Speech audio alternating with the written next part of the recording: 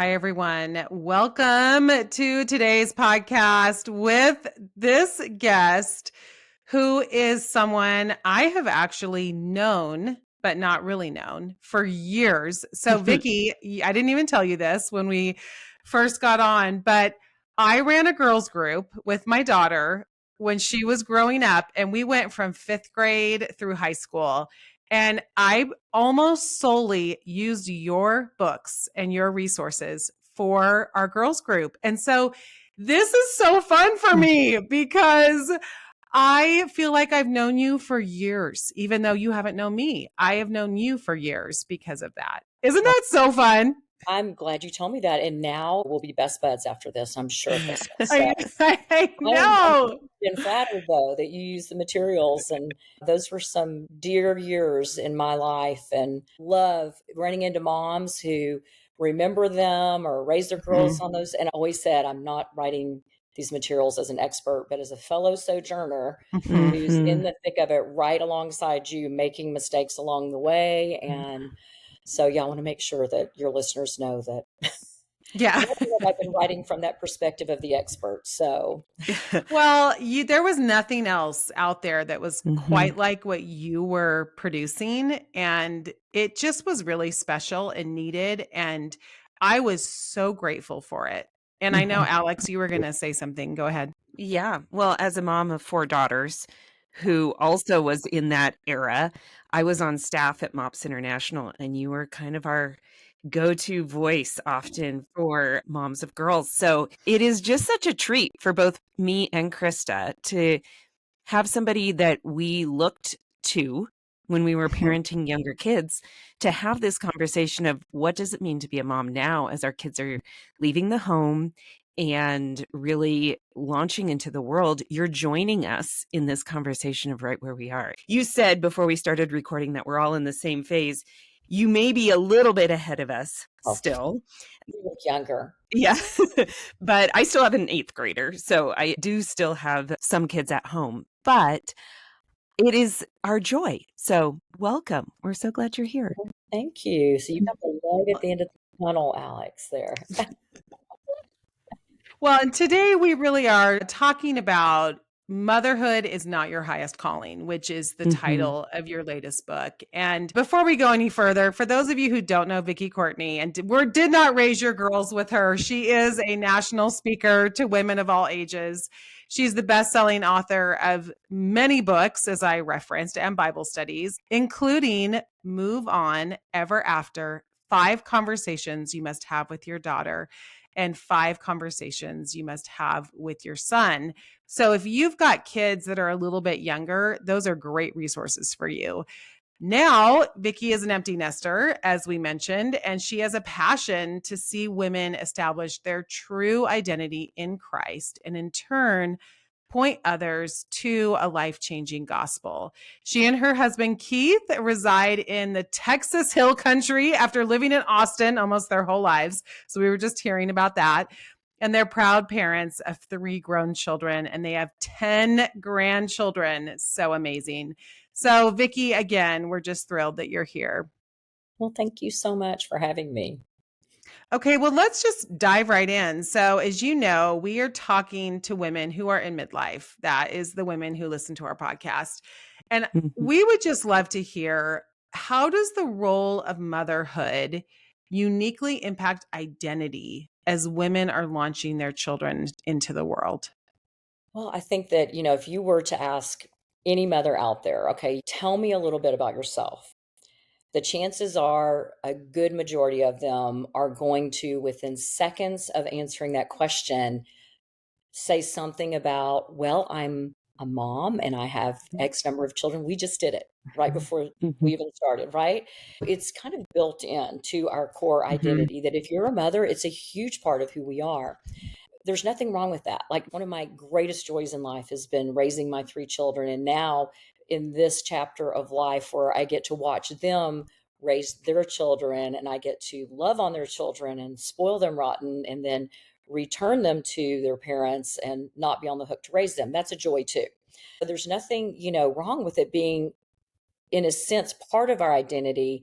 But what I really felt compelled to write about was how we can, if it becomes too much of our identity, our primary identity, if we want to use it in that term, then it can set us up for disappointment when our children leave the nest. And we Mhm. all know, especially the moms in your listening audience, I would bet that they're kind of right about where you guys are, where the light is at the end of the tunnel. They see it coming. Maybe some of them are younger moms of younger kids, but we always know in the back of our mind that this day will arrive when you have to let them go.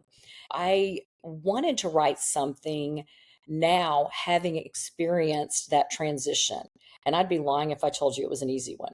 It was a very difficult transition for me. It was a difficult transition for my friends. I think a lot of Mhm. that is because our generation of mothers really did buy into this idea that motherhood is supposed to be your highest calling. And so what happens when your last child leaves the nest? You're like, do I no longer Mhm. have a calling? Do I no longer have purpose? In a way, you feel kind of invisible, like, what do I do? Mhm. These children don't need me anymore. Well, they do actually need you for a little while they're in Mhm. college or pursuing their hopefully vocational careers. But little by little, they are becoming independent of you. And then we're stuck with that task of like, okay, where's my identity? What is my Mhm. primary purpose? So that's the place that I wrote this book from, the book that I wish I'd had when I was raising my three Mhm. children. And I do think I referenced in my five conversations books, one whole conversation in those books was on launching your children. That's how Mhm. important it was. Like I knew, okay, we need to be parenting our children today with that insight for the future, remembering that they're not ours to keep, that ultimately they belong to the Lord, that as much as we love them, He loves them all the more, but that Mhm. we are preparing them to actually leave that nest. And if they're called to marry, go on and cleave to another, hopefully delightful human being that you've prayed for all these Mhm. years, and begin their own primary families. So identity is important. There's nothing wrong with motherhood being a part of your identity. Again, the emphasis should be that it is not your ultimate primary identity. And that was a hard lesson, I think, for me to learn, as well as a lot of my mom friends in my generation. I do think it's hard because, we hear your family is your first ministry and you go all in. And I did. I've left everything on the field. And I can truly say that. Like, I didn't do it perfectly, but I worked really hard at it. And, it's hard because those things get all mixed up Yes. inside of us. And it's such a huge role. And we care so much about that role. But it does become problematic if we continue to hold on to that as the primary role because we have this unhealthy relationship with our adult kids and we're almost codependent on them in a strange way. And that provides problems when they get married or when they're trying to gain more independence and we're still hanging on. So, how have you even seen that as your kids have gotten married or they have kind of been launching into this other stage in life where they're trying to gain a little more independence? Sure. If I were honest, if you were interviewing my adult children today, we would all say that it was a learning curve. It was a learning curve for Mhm. myself, not just myself, though my husband as well, figuring out what is our role exactly at this point after, like, I love what you said, Krista, you've left it all on the field. That's how I felt like too. I mean, you're all like, you've got the black marks under your eyes. You're just on the front line. Yes. You look worn out. You're Mhm. exhausted. I Mhm. mean, we have literally left it all on the field, and then all of a sudden it comes to a screeching halt. And you're left wondering, okay, what is my place in their life right now? And you still have a place in their life, but you hit the nail on the head. What happens so often is that if we don't untangle all of that, we don't realize as we're raising our children and with intentionality, prepare them to leave and not just prepare them, prepare ourselves for Mhm. their leaving, then we set ourselves up for heartache. And we also set ourselves up for some conflict on down the road with boundary setting and that sort of thing. I would say that my situation was a little bit unique, maybe a lot unique, in that my last child launched the nest in 2011, which just that, as I say, launched the nest, that was high school. So we moved him into a college dorm. It just so happened that in that same year, his two older siblings both got married, and Mm. my oldest son had his first child, thus making me a grandmother, all in 2011. So it's a little bit of a unique situation in that the empty nest shock for me, for my husband, was probably not as much of a shock because we skated right into this chapter of being grandparents. And we still had a son in college. That's a sort of empty nest. They still, Mhm. Mm. if you're paying for their college, it's still not technically empty because you still get to speak into their lives if you're on the hook Mhm. paying for it. But yeah, it's still, even so, it was learning. I had to go back and like almost relearn what I had taught other women. It's easy to say Mhm. things and spout off these biblical truths when you're writing a book, like I was at Five Conversations, and then the rubber hits the road for you. And you're like, "Oh, wow, I did say that." To loosen the subtitle of the chapter on launching your kids in those books was "Hold on loosely." Okay, so I'll give that as an example. I had a head knowledge, I even had a biblical knowledge, leave and cleave, what this all looks like. So I tried with intentionality to hold on loosely, remembering along the way, these are not mine to keep. I am Mm. preparing them to launch and then go into the world and to begin their own lives. And it's one thing to write about it, but once you are experiencing it, you are really having to go back and relearn that over and over again. So there are Mm. many times along the way that I had to apologize to my children for maybe crossing a boundary here or there, especially when they have grandkids so quickly. And I can just kind of skate into giving some helpful advice, which is Mhm. really not so helpful when they're trying to figure out who they are as parents. And it's okay if they Mhm. choose to maybe parent differently than we parented them. And so, Mhm. and it's a different generation. There's always going to be Mhm. that awkward tension that comes with, oh, well, that's not how we did things. And again, Right. that's part of, our way is the Mhm. right way, right? And so you Mhm. can kind of get that mindset, and we have to be very careful that we didn't really want that when we were Mm. raising our children. We knew that we were going to learn some things the hard way, and we had to learn that balance of, okay, I probably should listen to some of the advice that my elders are giving, but at the same time, we wanted to be independent of that. So it is a tricky balance. I certainly can't say that we skated into it easily. I will say that, I mean, that's 2011. So we're 14 years post that year that began the empty nest years. And I think we have a really good rhythm. And I think it's been a good rhythm for a while now. One of the things I wrote about in the Motherhood is Not Your Highest Calling book, and I think I've even mentioned this in the Five Conversations books, that was really eye-opening for me because I would also travel and speak to a lot of moms at conferences, and without fail, when I would talk about having an empty nest perspective, I would get moms in tears. Yeah, I could see the Mhm. tears out in the audience, and they'd come up a lot of times after the event, and they're like, "Just my children are young, and Mhm. I can't Mhm. imagine that day. I can't even allow myself to think about it." And I would reassure them, "Well, I promise you, the teenagers will help with that.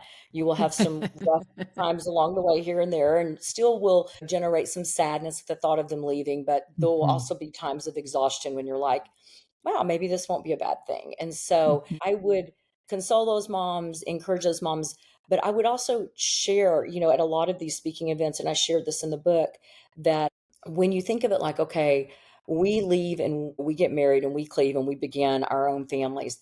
Well, what used to be our primary family that we grew up in, our family of origin, if you will, it shifts, doesn't it? It Mhm. shifts. And so we have a new primary family when we're raising our children. And the same is true when our last child launches and they begin their new independent lives, whether it's going off into the working world or they get married quickly, like my children did out of college and began having Mm. children. That my children now, that is their primary family. From the moment that they left the nest and began their independent lives, even the college kids, at that time that are still somewhat dependent, they would say, Mm. "No, I still want to be grafted into the primary family of you and dad," because they're still somewhat dependent. But especially once they marry and they begin lives of their own, that is no longer my primary family. My primary family today is my husband, myself, and my little 9-pound Yorkie, Winston. That's my primary Mm. family. And my children have their own primary families. And that may sound harsh to Mm. word it that way to someone listening that's like, no, I can't imagine a day will come when this that I have right now is not my primary family. But I can promise that emotionally, psychologically, spiritually, you will be better prepared if you begin to wrap your mind around that. That this may be my primary family today. This is the makeup today, but that's not always going to be the case. And that's okay. One of the things that saddens me about my generation is that, and we heard it from the older generation too, so they need to bear some responsibility for this, is kind of this doom and gloom attitude about the empty nest years. Hmm. And, we were conditioned to believe that it was so dreaded. And that's where I think a lot of the tears come at these events if I talk about it, or moms read about it when I use that sort of candid speak, in terms of this is not going to always be your primary family. And we've been conditioned over the years and told that, oh, I mean, think about it. The things that you hear, those buzz phrases, oh, enjoy it while you can. A day will come Right. and they'll be gone, and you'll wish you Hmm. had that messy house, and you'll wish you had, and I'm like, I wrote about some of this in the book. Some of these that are out there throwing those Hmm. reels out, and I'm looking at it going, is something wrong with me? Because I, Hmm. I really like my neat and tidy house right now. I really like the freedom that I have. And I have a great relationship with my adult children, and I have a great relationship Hmm. with my spouse, which makes a huge difference.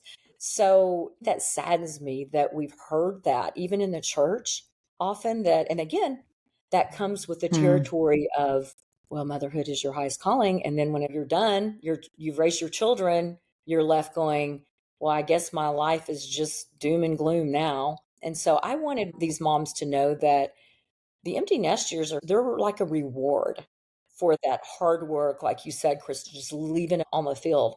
We can't go at that pace into our 50s, 60s, 70s, and 80s. So that's the reward. This is the reward that comes, that Hmm. awaits you. But we have to think about it now and really have a healthy sort of, it's really a biblical perspective about the hierarchy of what our identity is all about and our purpose. Hmm. I think that the way you phrased it is helpful, though I will admit it sounds a little harsh to me right now. Yeah, no, I know. But I think just if someone else is listening, to say, you're not the only one who's feeling like, I want them to be my primary family forever and ever. But the idea of our kids leaving, I think I can conceptualize, like, if they get married, then that little family unit is going to become their focus. But I'm always going to picture myself being part of that, and to really have to change my mindset around, I am going to really have a different family unit, and I'm going to support them and cheer them on and love them. I am wondering if you have suggestions for people who have kids who don't get married right away, who maybe have adult children who into their 30s. Just with 4 daughters, we have often wondered, like, will one of them be single for life? And you told a story in the book at the beginning that I found really compelling about apologizing to your own daughter about the ways that you had talked about motherhood. And I'd love for you to share that, but also maybe to talk about how we just talk to our daughters about, our adult daughters specifically, about motherhood, whether they're single or married. No, I'm glad you mentioned that. So really, I would say that this conversation I had with my daughter, and there was a lot that led up to that, was probably where this book was birthed, I should say, where I figured out that I personally had this in the wrong order, my identity, my purpose. And, just to back up and give your listeners sort of a background to that, I have one daughter, two sons and a daughter, and my daughter's in the middle, and we're very close, and we were very close as she was growing up. There was only really, I feel very blessed, only a couple years in her high school years that she didn't like me. And so that all kind of, it smooths out. She went to college and figured out I was really not that bad of a person, and we still were very close. And so fast forward to she got married, really like her fourth year of college, finished college as a young married, and began probably a year into her marriage. They just wanted to start a family. And 2, 3 years down the road, they were told that she had unexplained infertility.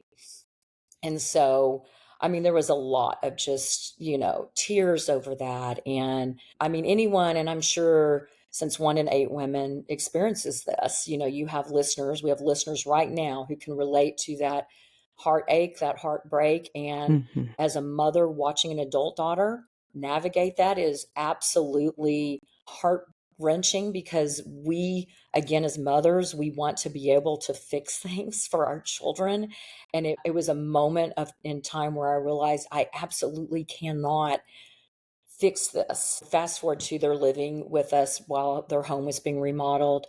And my oldest son had a child already. And they called me earlier that day to tell me that they had found out they were expecting their second child. My son knew his sister they were desperately trying to have children, and that it was going to be one of those bittersweet things that, she had, I think, a miscarriage. She had had several failed IVF transfers at this point. And so they asked if I would tell her. And so I mean, I still get emotional telling the story, because it was so heartbreaking. It was probably like 2014, right around 2013, 2014. And so she's in her childhood bedroom, sitting on her old day bed. And I go in there and I tell her the news, and she's just burst into tears. And I find myself trying as best I can to comfort her and say the right things, not the things that will make it even more difficult. And so I'm saying things to her out loud like, honey, you still have purpose. If God doesn't call you to be a mother, you still have value, you still have purpose. And at one point she said something, I can't remember her exact wording, like, well, Mom, you've always told me that my purpose is to get married and to have children. And it was like this moment where I realized I have gotten this all mixed up myself, because God would never ordain that, knowing that there will be women who, by no fault of their own, don't get married Mm-hmm. or cannot have children, or some don't desire, to get married, or who are we to conclude that they don't have value, they don't have purpose, that they're not living up to their absolute highest calling? No. And so never did I imagine that my daughter would be in this situation. It was a real wake up call for me. As I'm telling her out loud, I'm realizing that I'm trying to believe this for myself, that I'm wondering deep down inside, could my life have had purpose and meaning and value had I never been able to have children? Had I never even married my husband? Absolutely, yes. That's God, in his graciousness, never said, nowhere in the Bible does it say that this is where a woman's purpose begins, is when you find your husband. Mm-hmm. This is where your calling begins, is when you have your first child.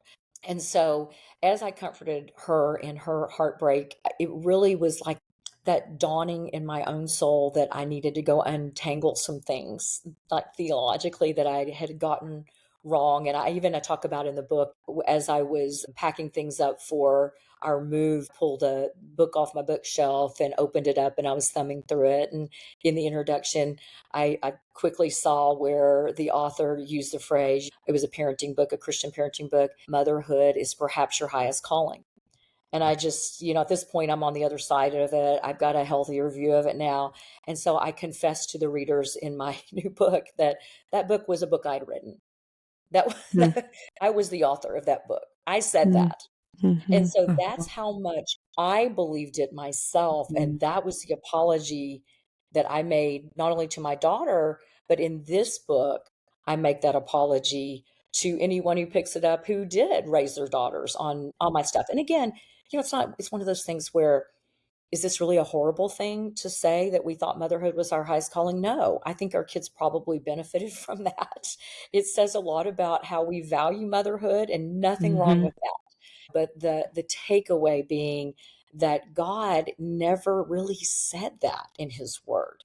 And so we need to make sure that we have that in the right order, and that we're passing that message down to our daughters so that they have a healthy biblical perspective when it comes to identity and purpose. Mhm. That's Thank really you. helpful. I'm just thinking about we just launched our last to college last year. So he's just started his sophomore year this week. And it becomes real when you launch your kids. Everything you're saying, you realize, yeah, I can't have my identity there because now what? If my identity's there, now what? When you get there, you get there. You understand the wisdom of what you're saying. The other thing is, my husband and I just celebrated our 30-year anniversary yesterday. We did this really fun thing last night. We basically glamped last night. It was so fun. And we were talking, and he actually gave me this thing. He called it the 30-40 initiative. And because we're 30 years now, but he talked about kind of all these things like for us to look forward to and cultivate into our marriage and into our lives in this season. And I was thinking about, as he was talking, how healthy it is for us to be having things that we're excited about, that we're growing in, that is just our little family, he and I, That's and right. kind of to your point. And so I would love to hear, as you transitioned, maybe back in 2011, 2014, as you transitioned and kind of leaned in a new way into your marriage and into yourself, how did you cultivate that? And what health has that created as a ripple effect? Now, I love that question. First, I would just kind of say the moms in your listening audience today need to be working on that and I love that you use the word cultivate, because that's exactly what it is. Just like we would cultivate a garden, if you don't cultivate your garden with the right materials and the right nurturing, loving care to those plants, they're not going to grow. So the same is true for a marriage. And my husband and I had a wake up call about 7 years into marriage where we landed in a counselor's office and with a marriage on life support. And we had a counselor that handed out some really helpful advice to us during that time. We found out we were expecting 3 months into marriage. Our 1 year anniversary was at Lamaze. And 1 month after that, so 13 months to the date we were married, we had our first child. So we hit the ground running, not as husband and wife, but as preparing for a brand new child. And we didn't really mean for it to happen that way, but we all know those things can happen. So, not surprisingly, 7 years in, we have 3 children at that point that are like 5 and under, and we are exhausted.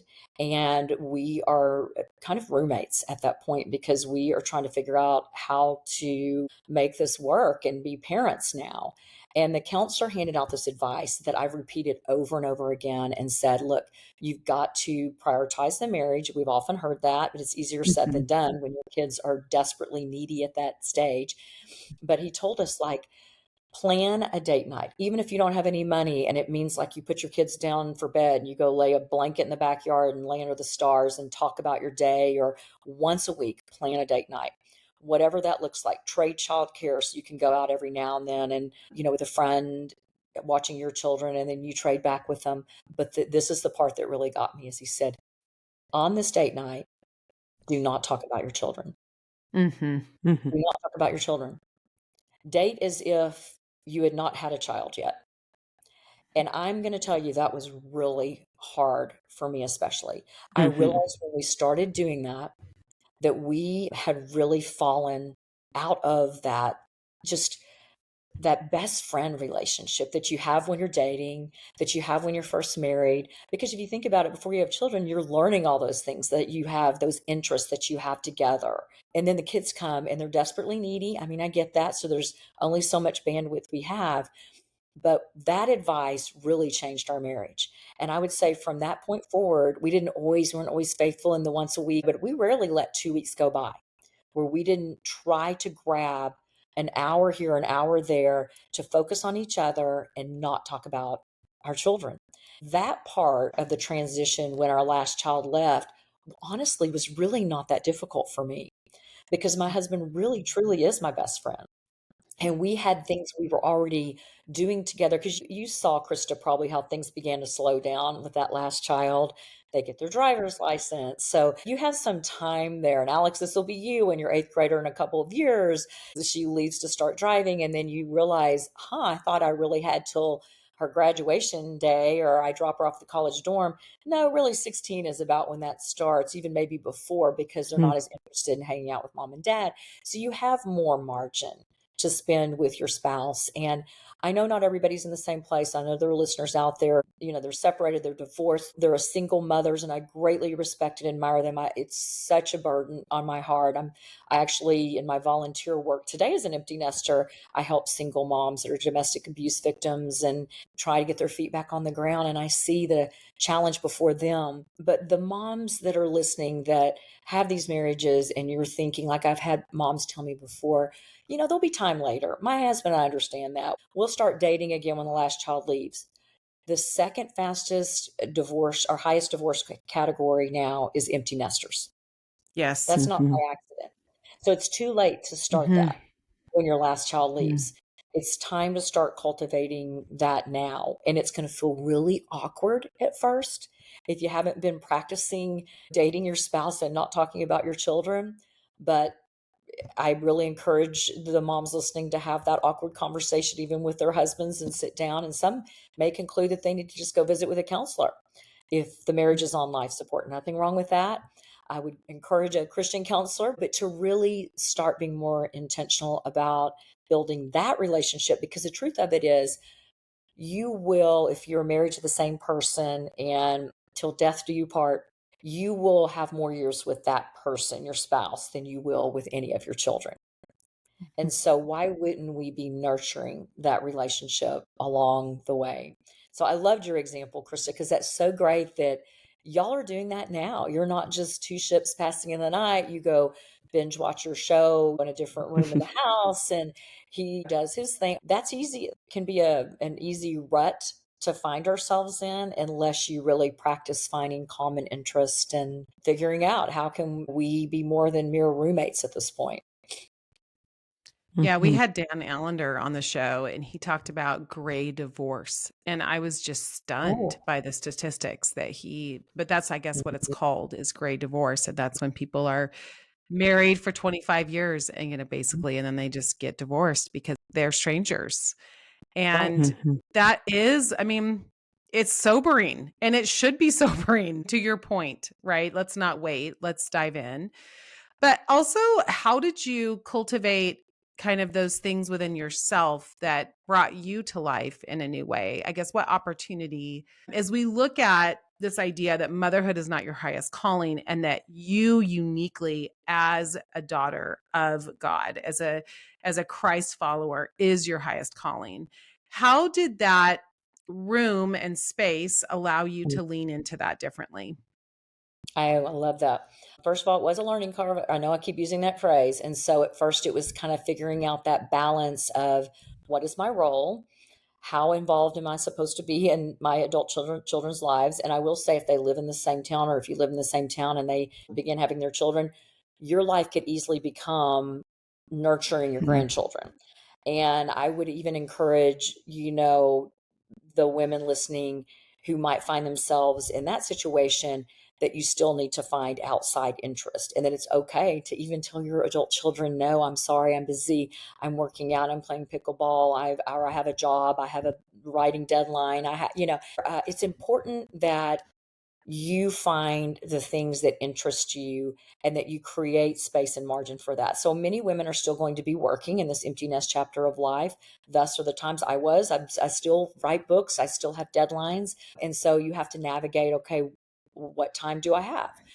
Nurturing, cultivating the marriage is top priority. But then after that, really beginning to nurture those relationships with other female friends, to find outside interest, to even challenge yourself outside your comfort zone of, maybe I need to learn a new hobby or take something up that I get excited about. I just built and I wasn't planning to talk about this, but a dollhouse for one of my, I have 7 grandsons and 3 granddaughters. So for one of my granddaughters, I built a dollhouse. It nearly killed me. It took me over 60 hours. And I'm telling y'all, I am not the crafty person that normally does this kind of stuff. It was so much fun. Now there were moments that weren't fun Mhm. when I super glued my fingers together. There was like moments not fun. But when I looked at the finished product and then I gave it to my granddaughter and I thought, look what I did. I did something so hard that I didn't think I could ever do. Mhm. And now I think I'm going to start another one. Again, 3 granddaughters. You can't just make one and not make one for the others. But I also, got involved in volunteer work, as I mentioned. Right around probably 2016, I started volunteering with a refugee resettlement organization in Austin, Texas. And that I really felt like God was nudging me to get out of my comfort zone, to give me a better view of what the world is like. And that's a good way to do it when you're doing Mhm. airport pickups and picking up my first assignment was picking up a family from Burma that had been in a refugee tent camp in Malaysia for years, waiting for approval to come to the United States. And my husband and I were the airport pickup. And they came over and spoke not a word of English. And they had an 8-month-old and an almost 4-year-old. And I became the person that volunteered to take them to appointments. And I felt like half the time I was playing charades. I was on Google Translate. Mhm. I was having to learn how to do that. I took them to the hospital when one of the girls was running a fever and we had no way to communicate to each other. And so I'm still involved with that family today and other refugee families and single moms. And that's rewarding to have things that we're interested in that are outside of our children and carpool and ball games and extracurricular activities and Mhm. all those other things that consumed our lives when we were raising our children. And I look back and I love that those were my hobbies then, but Mhm. those things were gone once the last one Mhm. left. And I now can kind of pay it forward, if you will, and look for ways to have purpose in a different way. So I would encourage your listeners to even be thinking about, I often ask moms, what makes your heart beat faster? And even if you're in this chapter of life where you're in the thick of raising your kids, Alex, like what makes your heart beat faster? You're still in the thick of it. So you may be, I can't entertain that thought because I don't have the bandwidth for it now. I don't have the margin and I don't have the bandwidth, but a day is coming soon when you will. And so Mhm. there's nothing wrong with entertaining that question of what makes your heart beat faster. What is it, a hobby? Is it volunteer work? Is it a girls' trip? What is it that, and that was hard for me to even ask myself, which Mhm. is why the whole last chapter of my book is on self-care. Because again, I think we're sort of conditioned as mothers, even in the church, to, feel even guilty for Mhm. prioritizing ourselves at times. I'm not talking about Mhm. all the time in a selfish way, but ever Mhm. prioritize yourself. Well, and honestly, I hear a lot of young moms say they get mad at their moms for prioritizing their work or themselves or whatever. So sometimes it's not even from our own selves, it's from our children. And so, what do you do with that when your kids are mad at you for having other interests outside of them and their children? I have been hearing that there are moms raising their children now that would love to have more help from their parents. And if they don't have help from their parents, I feel sorrow for them in that. I was that mom that didn't necessarily have help. I did from my husband's side of the family, but they lived by default of living further away. They still were very engaged and helped when we were on vacations and if we wanted to take a trip or whatever, but they weren't nearby. I would say that every story is different. And I know there are Mhm. some where it is sad that the adult parents are not more engaged in helping their children. But then there is also in other situations the need to see, and it's hard to see it from someone else's perspective. They will one day be in the same shoes. And it is not our responsibility to raise our grandchildren. Mhm. It's not our responsibility to be a free babysitter and to be on call whenever they need us. I love to babysit my grandchildren, and I tell my children all the time, please try me first. And I'll be very honest with you. And if I have a volunteer assignment that I'm doing, or a book deadline, or my day's full, or I have an lunch with a friend or whatever, I won't be able to do it. But I'll be honest with you about that. And my desire is to be able to help you. And so I would hope that all your listeners have at least one set of parents that can offer that. But Mhm. again, it's part of, and I hear this from my generation too, a lot of that, well, we didn't have that. And we really, Mm. for a lot of us, we didn't because, we lived further away from our parents. There was a distance there. Or I do think our generation, my generation, children were seen and not heard. And we've kind of morphed now into the other extreme of that, where Mhm. children can become the center of our universe. And I'll give you a case in point if we have time for it real quick, because this is something that God taught me in this too. And I talk about this in the book. We don't have to go overboard on the extracurricular activities for our kids. And so I did that with my children to where it drove my husband and I almost into the ground. We were so tired. And we finally, I wish we had learned the lesson sooner. We finally realized, okay, one sport or activity per season per child. And even with 3 children, that's a lot, right? Mhm. I wish Mhm. we had learned that sooner. My generation, we didn't have select teams. We didn't have any of that. Even raising my own children, a lot of that was just kind of starting to enter the picture and all of that. And so we had more margin. We didn't really have the craziness that I see today. I think some of that is more of an issue of what can you dial back on?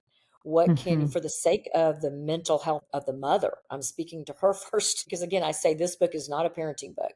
I want your listeners to know this book is for the mothers. And because I care about them, I wish this was the book that I had, like I said, when I was raising my children, to say, hey, I want to be that voice in your ear that lets you off the hook for this. You don't have to do it all. You Mhm. don't have to create an absolute magical childhood for your children to the point you're exhausted each and every day. You don't have to have them involved in every activity that they even tell you they want to be involved in. And so some of that might be a need to self reflect and say, how much of me needing extra help with and wishing my parents were there to help me could really be more, I need to take some things off my plate because it's just too much for me. And capacity wise, I can't handle Mhm. it. But I do feel sadness for the listeners that they really don't have support or mom or dad in their corner cheering them on, because that is huge. And I wish that for every mom raising her kids. Mhm. Mhm. Yeah, because I think moms of young kids wanna feel like they're a priority. Yes. And so I like how you phrased it. Try me first. I wanna be available, but I'm not always going to be available. But I wanna be your first ask. Right. Right. And Alex says we even had that just last week. We had the 10th grandchild had to go into the hospital. It was Mhm. scary. They're the furthest away from us, about a 4 hour drive. And we didn't find out until later. They were so trying to troubleshoot it on their own. And I sent a text saying, do we need to get in the car and start driving? Because we will move heaven and earth for you. We Mhm. will Mhm. always do what we can to move heaven and earth to be there to help you. And I think, like you were saying, I hope your listeners have parents that will say that. And so I think that, like you said, our adult children, even when they start having children of their own, it's important that they could hear that they know I'm a priority to my parents and they are there if I need them. And they would move heaven and earth, if possible, to be here to help. So, yeah. Mhm. I love that. That's a great way to put it. Well, Vicki, as we close today, what is your final word? I think, just to kind of go back to what we talked about earlier, is that first of all, the empty nest years are not to be dreaded. And Mhm. if that is in your near future, maybe to start changing the way you see that. Instead of seeing it as doom and gloom and a curse, and now what am I going to do? That you reframe it and you realize, wow, it may take some work, it may take some intentionality, but this is a new and exciting chapter. Maybe look at it that way. It's not the end Mhm. to this chapter that you've been in for a long time in raising your kids. Now you're going to, if you have part one and part two in your book, this is part two. And now there's going to be many chapters in part two. And so, what is that going to look like? And part two is not to be dreaded. And so that's what I encourage the moms to hang on to, is that in learning that motherhood is not your highest calling, and then becoming intentional in practicing, okay, well, then what is my highest calling? Well, that is your identity in Christ and who he says you are. And he's created you for a purpose outside of being a mom. It's part of it is being a mom. And you're in that chapter of it right now, but you are more than a mom. And so it could be to do important volunteer work on down the road, or to be of service to your children when they need your help, but to also have other outside interest as well, to build your marriage and to make sure that you are cultivating that so that you're not strangers when the last child leaves. You just kind of, okay, we can cry on each other's shoulders, and we know this is going to be different and it's going to feel awkward at first, and new normals are always awkward, but you have someone to comfort you in that. And then to do fun things like you said, Krista, to plan some trips and some getaways. And I love the glamping. We bought a little teeny tiny Airstream, and so we're kind of doing that same thing. We named it YOLO, and our kids think that's just so ridiculous. They're like, no one says that anymore, and we're like, well, we do. So It's so we cute. love to see them roll their eyes at us when they say, "What are y'all doing next week?" And we're going camping with YOLO and our dog. So build your life outside of your children and look Mhm. at it as that great reward. And most importantly, build your foundation on Jesus Christ. And he will remind you often that your value is not in being a mother. That's part of it. If you have children, then you have a calling there, but it's in Mhm. being a child of God, and what he has for you, that new and exciting purpose. It's to be Mhm. discovered. Mhm. Thank you so much, Vicki. It's been Yeah. great having you. Thank you all for Yes. having me.